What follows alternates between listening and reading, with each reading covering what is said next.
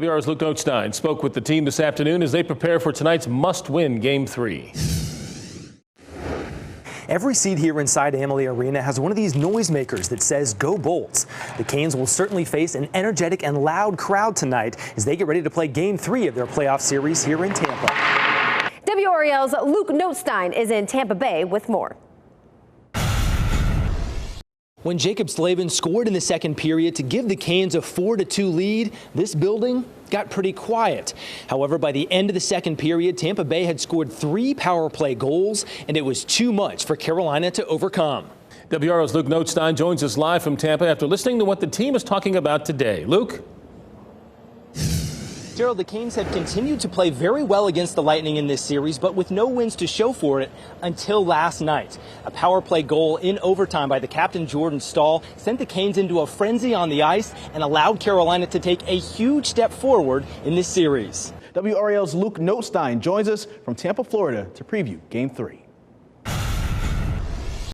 Chris, the Canes will be here in Tampa for Game 3 of their playoff series against the Lightning coming up on Thursday night. Carolina trails the series 2-0 after losing both games in Raleigh by a score of 2-1.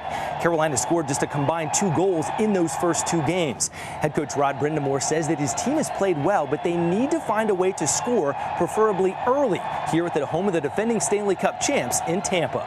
WRL's Luke Notestine reports the victory really restored some morale. The Carolina Hurricanes were able to do something that they had not yet done in this series against Tampa Bay, score the first goal of the game.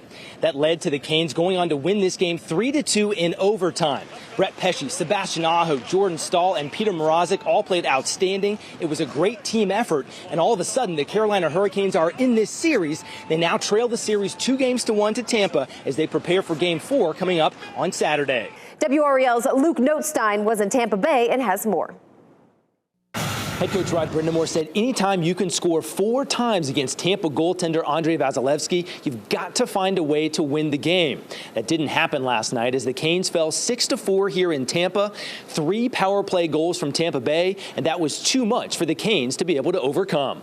There was definitely frustration on there. I mean, I think, you just can't, we knew coming in, you can't take penalties against these guys, and we were taking them. Even though Carolina's offense was clicking early in the second period, the power play goals they gave up kept them from evening up this series. We took some bad penalties tonight, and like you said, if you give that caliber of power play that many chances, it's not a recipe for success, and so we just got to stay more disciplined. Carolina's first 2 goals of the game happened just 39 seconds apart in the second period. The Canes and Bolts combined for 8 goals in that period. However, the Lightning showed why. There's a Stanley Cup champion banner from last season on display. In the second period, I think we started to take over and we had the momentum, and then we made it a little too hard on ourselves by taking too many penalties. The Canes know scoring 4 times against all-world goaltender Andrei Vasilevskiy should be a formula for victory. It just wasn't last night. We weren't sharp, and then we got going. We had some good momentum, and the penalties killed us. So the series moves back to Raleigh next, where the Canes must win to keep their season alive. Game 5 between the Canes and the Lightning will be Tuesday night at 6:30 from PNC Arena. Luke Notestine, WRL Sports, Tampa. 10 years ago today, April 16th, 2011, 30 tornadoes touched down in North Carolina. One of those touched down at this Lowe's home improvement store in Sanford, leveling the building. And when Kerry Rosser and his daughter Hannah were shopping there, WR's Luke Notestine talked with Rosser today, a decade later, to share the vivid memories he still has of that terrifying day. What do you remember about that day? Well, I pretty much remember everything about that day. April 16th, 2011, a massive tornado ripped through Sanford, completely destroying a Lowe's home improvement store. Kerry Rosser and his then 13-year-old daughter Hannah were inside their truck in the Lowe's parking lot when it happened. And I remember looking in the rearview mirror and I saw a car teetering on its nose. It was like it was being lifted up, and I knew things were getting ready to get bad at that point. After telling Hannah to get down on the floorboard of the truck, the tornado was right on top of them. That's when my windows imploded on my truck. The pressure, with the tornado right on us, it just sucked the windows out of the truck. Once the tornado passed, the steering column pressed down on Kerry Rosser, trapping him in the truck. But Hannah, who is now 23 years old, was able to crawl out the back of the vehicle.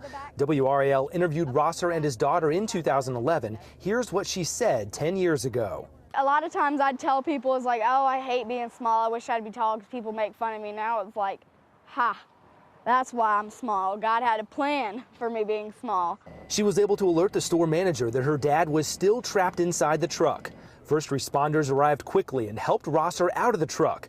Miraculously, he and his daughter suffered only minor injuries. When you've got somebody there at your vehicle with exactly the tools they needed to get me out within 10 minutes of the tornado hitting, yeah, there was some divine intervention going on there. April 16, 2011, a day that Kerry Rosser fell into the tornado's path and survived, thankful to be alive. Luke Notestine, WRAL News.